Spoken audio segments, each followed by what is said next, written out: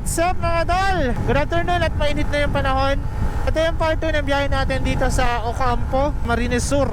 Pupuntahan natin ang napakagandang bitok ang manok ng Ocampo. Ang going to Hibiscus. Tama ba? Sa mga taga Ocampo. At nakita ko lang to sa isang drone shot. At napakaganda mga tol. At meron na din mga nag-vlog nito. At syempre papakita ko din sa inyo para kakaiba, para mas solid. So dito tayo ngayon sa may Ocampo. Ayan o, welcome Ocampo proper. Pumapasok tayo dahil galing tayo ng Lagunoy. Kung napanood nyo yung part 1 mga tol, andun yung part 1 sa aking YouTube channel. Uploaded na yan. Panoorin nyo lang. Sasamantalahin natin itong na magandang panahon dito sa may Ocampo proper. Banatan na natin to. Sa kasama ko pa rin si Chinitong Manlalakbay. At papunta kami ngayon ng sa Ocampo View Deck. Kung ang Lagunoy merong magandang tanawin din, meron din ang Ocampo. So dadayuhin lang talaga. Let's go! Hanawan Bridge. Alright, papasok na tayo. Nagulat si Chinito. Ay biglang lumabas. Wow, mainit na mga tol! At tutuloy pa rin natin yung pag-akyat dito sa Ocampo. Ayan, pakyat kami. At binigyan na tayo ng mahal na Panginoon ng magandang panahon. Ganda pa ng kalsada dito. Alright, tutuloy pa rin kami mga tol. At big shoutout sa Shipa Philippines. Dahil ang gamit natin pa rin ngayon ay si DOS, na gamit pa rin yung tire na ginamit natin pa Baguio City. Grabe naman. Hanggang ngayon napapakinabangan natin sa mga long ride. Nandito lang pala yung mga kawayan, no? Ganda mga tol. Bamboo farm dito pala. So ayan, kasama pa rin natin si Chinitong Manlalakbay ng Naga City. Pakipollow ng kanyang Facebook page mga tol kung gusto nyo ng malapit na edit na pagkakatravel. Napakalapit na ito mag drone shot. Alright, dito kami ngayon. Okay, eto na yan mga tol. Eto yan, yung nakikita ko. So meron pala siyang mga tanim na, ano ba yan? Usually ang karamihan pala dito na tanim mga tol, ito. Kaya pala napakaganda sa taas. Ang mga mais, ang karamihan na tanim dito mga tol. Kaya meron silang mga ganito. Kaya napakaganda ng tanawin sa taas kasi yun yung makikita nyo. Puro mais. Tsaka ang ganda ng kalsada dito mga tol. At magandang view pababa. Alright. So kanina dito maulan. Pero ngayon maliwanag na, mainit na.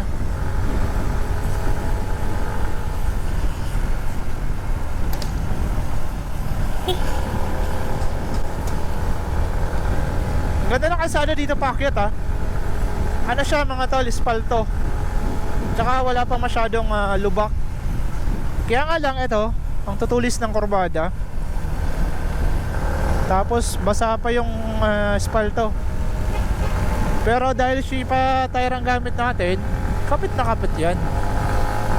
Ay, solid. Ito na yan mga tol. Ayan o. Puro mais yung tanim nila dito. Kaya kung makikita nyo sa drone shot sa taas, para siyang bitukang manok. Ito na yan, ang ganda. Kaya pala para ka lang nasa ibang bansa dito. Ganda. Kabilaan sa aking kaliwa at kanan ay mais ang tanim mga tol. At ang nakikita nyo parang mga damo. Puro mais yan. Ayan o. Hanggang dito.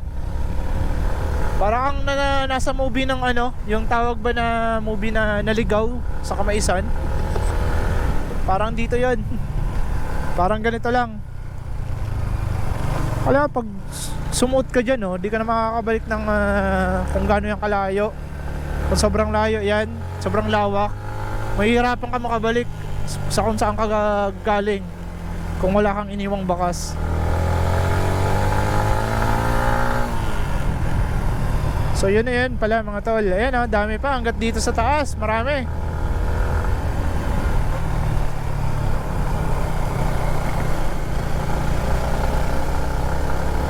Ganda.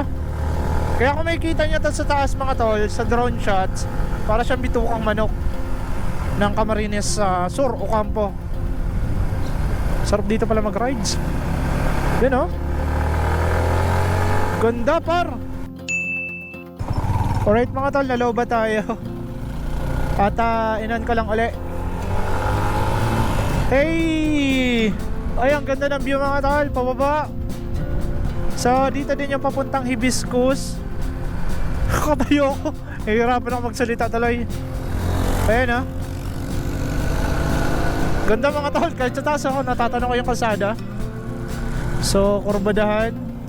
Wala masyadong bahay kasi puro mais yung nakatanim. Ay hindi pala siya mais mga tol. Tubo. Ayan oh. Ang akala ko mais, tubo pala siya mga tol. Sorry. Ngayon ko lang kasi nakita ng malapitan. Ayan oh. Tubo. Kung sa English, sugar cane. Yung mga tanim na nandito. At meron din mga saging. Ayan oh. Tsaka mataas na portion siya mga tol, kaya meron kayong makikitang magandang tanawin. Wow. Ayun na, makikita nyo yung ibang bahagi ng Camarines Sur. Pero ang stock up na tubig. Kaya shoutout po sa mga nag-rides. Wow, solid. Ang ganda mga tol. Ewan ko asa na sa Chinito malalakbay, iniwan na tayo. Ganda mga tol. Nandito tayo sa farm ng tubo. Ayun oh. Ang dami. Napakalawak. At nandito yung hibiscus. Hibiscus ba? Tama ba ako? Ganda oh. Kukuha tayo ng cellphone shot mamaya pagpabalik. Hey, solid par. Ganda. Asa na si Chinitong malalakbay. So ito, merong bahay dito. Siguro isa siya sa nagmamay-ari ng mga tanim dito. Mukhang tutuloy kami hanggang taas ni Chinitong manlalakbay. Sabi ko kahit hanggang dito lang. Tsaka meron dito mga nakatira oh.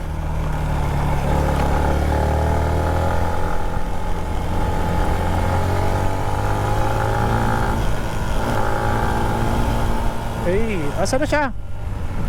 So dito sa taas mga tol, pakakyat lang natin ng konti. Merong patag. And merong mga bahay. Meron ding barangay hall. So yun lang, dadaanan nyo yung masukal na taniman ng tubo. Ang dami nun.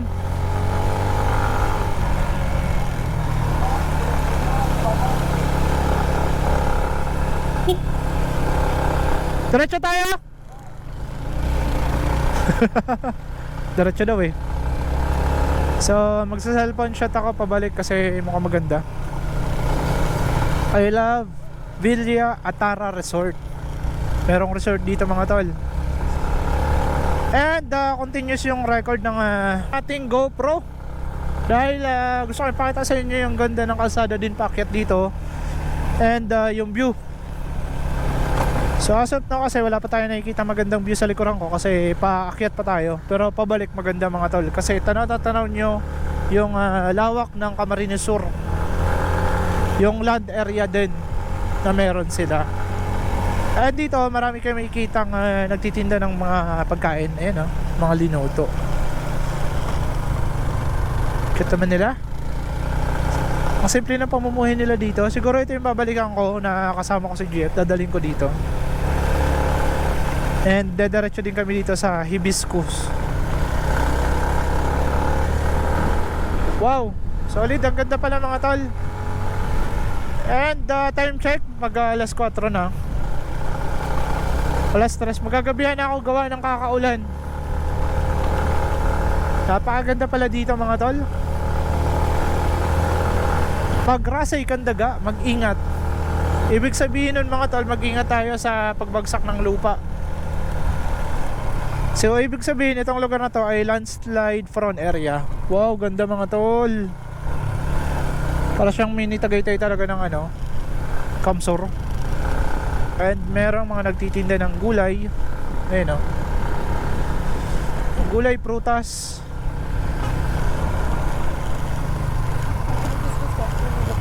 Sa taas pa. May bayad yung pagpasok. Pasok pa ba tayo? Ha? Doon lang tayo sa labas? Oo. Yun yung ano, yun yung base ko. Kaya nga eh, ganda eh. Kukunan ko yan ng ano, cellphone shot. Ha? Doon na lang tayo. Saan? Doon ka na lang. Doon saan tayo? O, doon na lang ako magpapalipad. Doon ka na lang magpapalipad. O, doon tayo. Kasi, meron pa siyang mga overlooking. Kung gusto mong ano, mag-picture-picture. Ah, I see. Yung mga yung pinakataas. Diyan. Oo. Dito lang yan. O, doon. Kasi ikaw, doon na lang tayo. Yung kalsada na video mo na. Oo. Doon. Ano lang, overlooking. Yun yung habol ko eh. Alin? Overlooking? Yung kalsada. Kalsada? Oo. Hindi overlooking. O, hindi. Ikaw, Pwede din, pumunta tayo doon. mag-drone shot ka doon. Hindi, doon ako mag-drone shot. O, doon ka na mag-drone shot. Oo. Doon na tayo. Pero dito, hindi ka natatambak. Di na. Oo, kasi magsa-cellphone shot ako doon. Babalik ako. Pad? Magsa-cellphone ako. Ah, parang ganun. Oo. Hindi, yung ano lang, front. Kasi ito, naka-landscape to. Ah, gusto Sa cellphone portrait.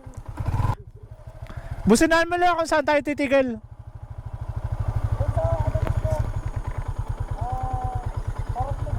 Ah, tumigil ka na lang. Tapos ako diretso ako pababa. Tapos magsa-cellphone ako.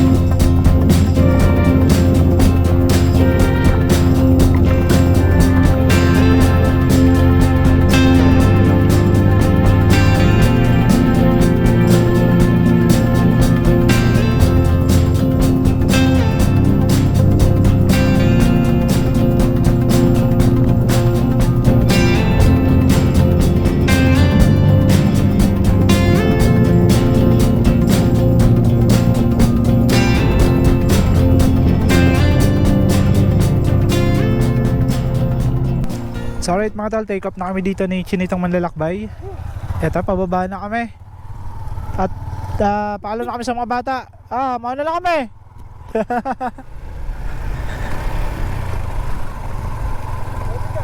Yan. Okay. Yan pala yan, oh. Hibiscus. Ganda mga tol, oh. Hey! Solid. Solid ng biyahe namin ni Chinitong Manlalakbay. At eto, Bakbak na pauwi ng Sorsogon. Pumunta pa kami ng Laguna yo. Pakasolid. So ito na yan, rain or shine. Pero maghanap nila ako ng pwede nating maging kapote. Kasi wala talaga tayong kapote.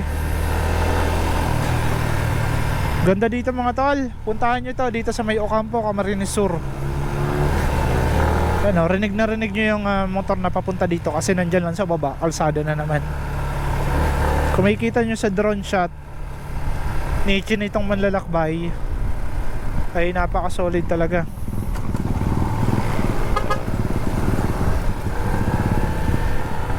Hinay-hinay lang kayo at merong naipong tubig. Hey! Solid yun ha. Solid, pinagbabangkingan to. Ganda mga talo. Sabi ko sa inyo, mas maganda pa uwi. Doon na tayo magpapalam sa baba para masolid nyo pa yung ganda ng view pababa.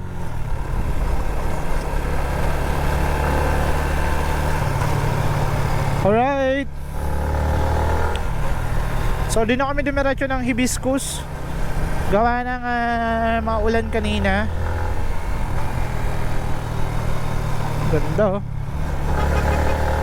Ito na yung mga bata oh. Yung mga bata kaninang may kalabaw. Laki ng pinapakainan nila doon pa sa taas. Sabi namin ni Chinitong Manlalakbay, mayaman sila kasi meron silang kalabaw, kami wala. Hindi naman daw sila mayaman, sakto lang. Grabe, sana all sakto lang yung pamumuhay. Ibig sabihin nun kasi mga tol, na sakto sa kanila. Masaya sila sa ganitong pamumuhay, sa tinitirahan nila dito. Maganda yung tanawin, maganda yung simoy ng hangin, maganda yung ambience ng lugar. Kaya nag-enjoy sila. Kaya para sa kanila hindi nila kailangan ng yaman. Saktong bupang pamumuhay lang, sapat na. Alright, ayan, padilim ng padilim na. Pero puro national road na lang tayo para di tayo magabihan sa daan. And just in case abutan mo tayo ng gabi sa may Daraga proper, hindi na tayo dadaan doon. National road na tayo. Sana all may OBR.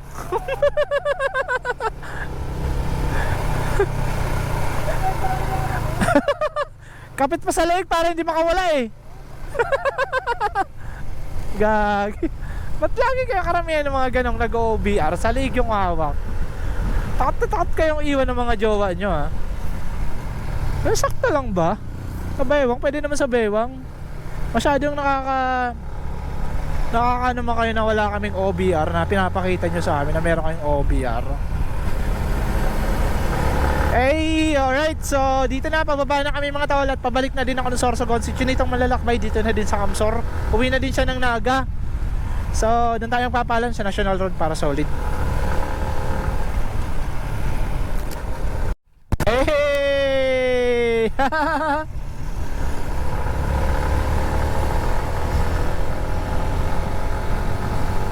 Sana ako nakakapag no hands. Hey!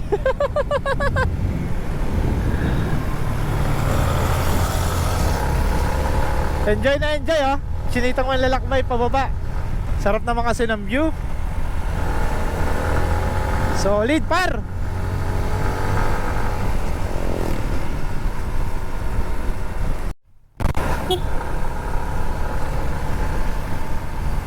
Alright mga tol, nakababa na kami. Napakalapit lang talaga niya mga tol. Simula dito, 20 minutes yung tansya namin.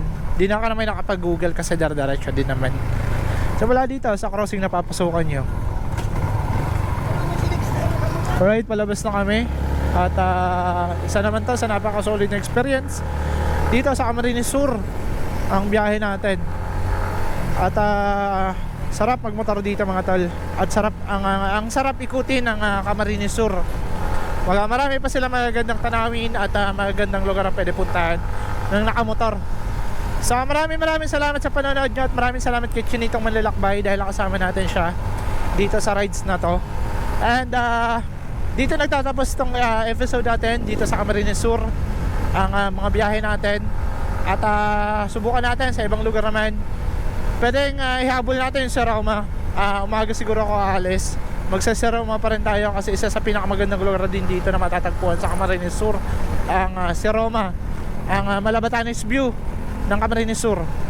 So dito na magpapaalam mga tol. Maraming salamat. Maraming salamat sa Shifa Philippines, Shifa Tire, kay Sir Boss Ivan, She and Sir Edmond. Maraming salamat po sa suporta nyo. Sa J2B Consumer Goods Trading, maraming salamat. Ang Kasiguro Printing Shop, Kasiguro Printing Services, maraming salamat sa sticker dahil meron tayong dala. And ano pa ba? MDR mo kasiguran. Maraming salamat. Ang pangalawang bahay natin. So hanggang dito na lang mga tol. Maraming salamat sa suporta nyo. Maraming salamat sa panonood. Peace out.